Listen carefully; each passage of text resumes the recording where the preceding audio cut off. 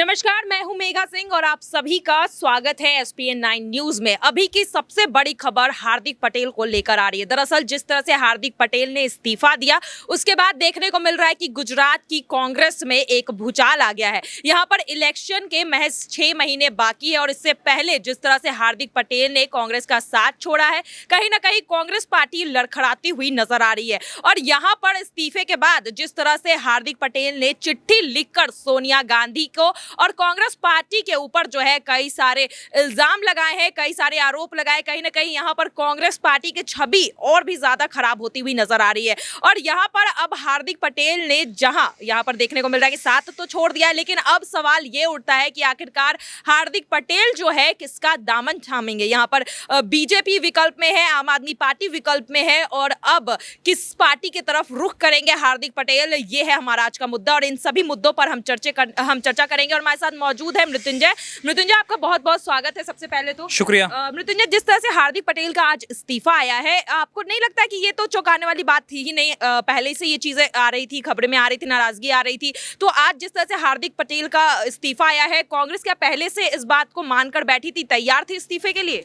देखिए, हार्दिक पटेल का इस्तीफा देना कांग्रेस पार्टी को झटका तो दे ही सकता है। मेघा, जो डेटा बताता है, देखिए करीबन ऐसी 70 सीटें हैं जिस पर पटेलों का सीधे तौर पर असर पड़ता है। देखने के लिए हार्दिक पटेल पाटीदारों के कितने बड़े नेता हैं, उन्होंने हार्दिक पटेल ने पाटीदारों के लिए कितना आरक्षण किया है वो भी सब जानते हैं कि आरक्षण के लिए कितनी आंदोलन किए हैं वो भी पता है। अब उनके चले जाने से क्या असर पड़ेगा? देखिए, सबसे बड़ी चीज, कांग्रेस पार्टी कमजोर होगी, ये पक्की बात है। हार्दिक पटेल ने पहले ही संकेत देने शुरू कर दिए थे।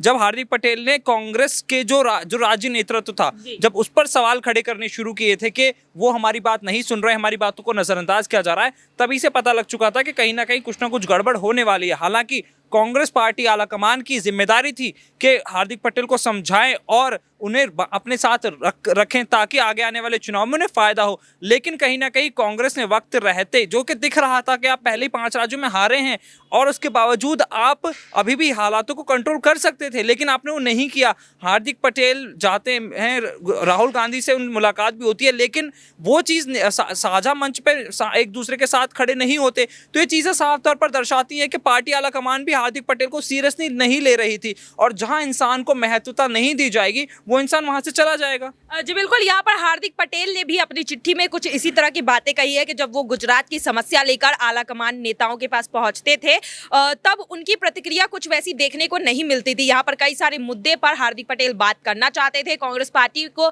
चाहते थे कि वो इन सारे मुद्दों पर काम करे, लेकिन कांग्रेस पार्टी उनके मुद्दों को नजरअंदाज कर रही थी और इस बात से खुश नहीं थे हार्दिक पटेल। और उन्होंने पहले ही से इन सारे चीजों को लेकर बात करनी की जो शुरुआत है वो कर दी थी। तो कहीं ना कहीं कांग्रेस को भी अंदाजा हो गया था कि हार्दिक पटेल जो है आज न कल पार्टी का साथ छोड़ देंगे। लेकिन यहाँ पर संकेत उन्होंने बीजेपी में जाने के भी दिए थे। यहाँ पर मृत्युंजय, उन्होंने जिस तरह से भगवा रंग का शॉल ओढ़ के फोटो खिंचवाई थी, उसके बाद जिस तरह से देखा गया कि उन्होंने हिंदुत्व को लेकर बात कही कि मैं भी हिंदू हूँ, मैं भी भगवान राम का भक्त हूँ। इससे पहले हार्दिक पटेल इस तरह के बयान नहीं देते थे। तो क्या लग रहा है कि अब बीजेपी भी जाने के संकेत जो है वो हार्दिक पटेल पहले से जो दे रहे थे, वो चीजें भी अब सच हो सकती है? देखिए मेघा, जैसे कि हमें पता है कि पहले उन्होंने जो भगवा रंग की डीपी की बात करी, भगवा रंग का स्कार्फ उन्होंने पहना हुआ था, उसकी डीपी को लेकर के बवाल मचा के शायद बीजेपी का हिस्सा वो बन सकते हैं। लेकिन उसके बाद उन्होंने खुद ही सामने आकर वो बात टाल दी। हिंदुत्व का मुद्दा था तो उन्होंने कहा कि गुजरात में मुझसे बड़ा हिंदू ही कोई नहीं है, ये मैं जानता हूँ, क्योंकि मेरा हिंदुत्व क्या है मैं जानता हूँ। उसके बाद अब देखिए, अचानक से उनका इस्तीफा, ये अचानक वाली बात नहीं है। लोग कह रहे हैं कि अचानक इस्तीफा दिया, नहीं। वो कहते हैं ना कि एक एक करके अगर आप किसी पर बोझ, तिनके का बोझ डालेंगे तो एक ना एक बार कमर टूट ही जाएगी। ये वो आखिरी चोट थी।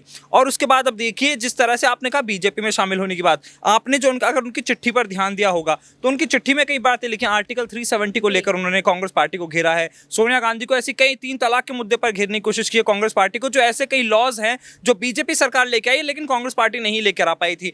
तो साफ तौर पर यह है कि बीजेपी की, देखिए, अपनी जो उनका रेजिग्नेशन लेटर था उसमें भी बीजेपी की तारीफ कर रहे हैं और कांग्रेस पार्टी को लताड़ लगा रहे हैं।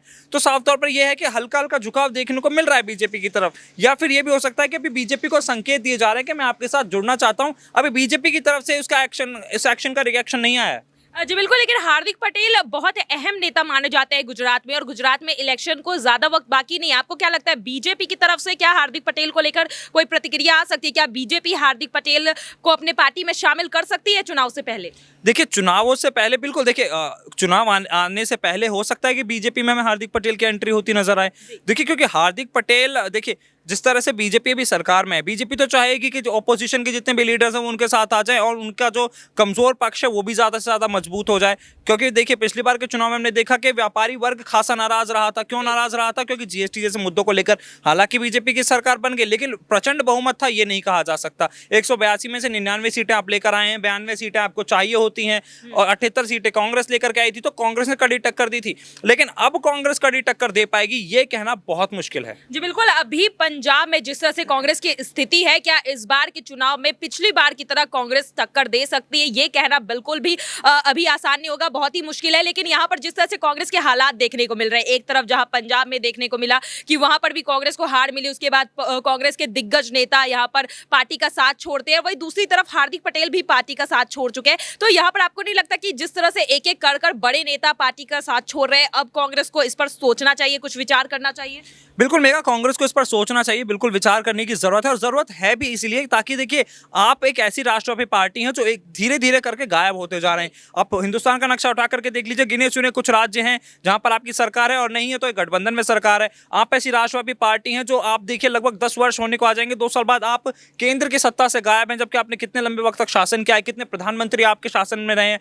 लेकिन अब आप एक एक करके गलतियां कर रहे हैं, आपके लगातार आपके नेता आप ही की बुराई करते नजर आते हैं। आप ऐसे गलत लोगों को अपनी पार्टी में ले लेते हैं ये सोच करके शायद आपको जिताएंगे, लेकिन आपके हर फैसले हर मोर्चे पर आपके सारे फैसले गलत होते नजर आए हैं। कभी तो बैठकर सोचने की जरूरत है। G23 के नेता लगातार बड़े बदलावों की मांग कर रहे हैं, क्यों बदलाव नहीं किए जाते, क्यों युवाओं को मौका नहीं दिया जाता? और इसका नतीजा है कि एक और युवा नेता पार्टी छोड़कर जा रहा है। जी बिल्कुल। यहाँ पर जिस तरह से एक एक कर पार्टी के अच्छे नेता जो है पार्टी का दामन छोड़ते हुए जा रहे हैं, कहीं ना कहीं अब कांग्रेस को इन सभी मुद्दों पर जो है सोचने की जरूरत है। लेकिन यहाँ पर गुजरात इलेक्शंस की हम बात करें, गुजरात की राजनीति की बात करें, तो इस राजनीति में जो है आम आदमी पार्टी की भी एंट्री हो चुकी है। इस बार के चुनाव में जो है आम आदमी पार्टी भी बढ़ चढ़ कर हिस्सा ले रही है। तो यहाँ पर हार्दिक पटेल के पास विकल्पों की कमी नहीं है। तो क्या लगता है यहाँ पर आम आदमी पार्टी हार्दिक पटेल को अप्रोच कर सकती है या फिर हार्दिक पटेल इंटरेस्ट दिखा सकते हैं आम आदमी पार्टी? देखिए मुझे लगता है कि हार्दिक पटेल इस वक्त इतना बड़ा नाम बन चुके हैं ना, देखिए नाम बन चुके हैं, वो कोई दोहराए वाली बात नहीं है।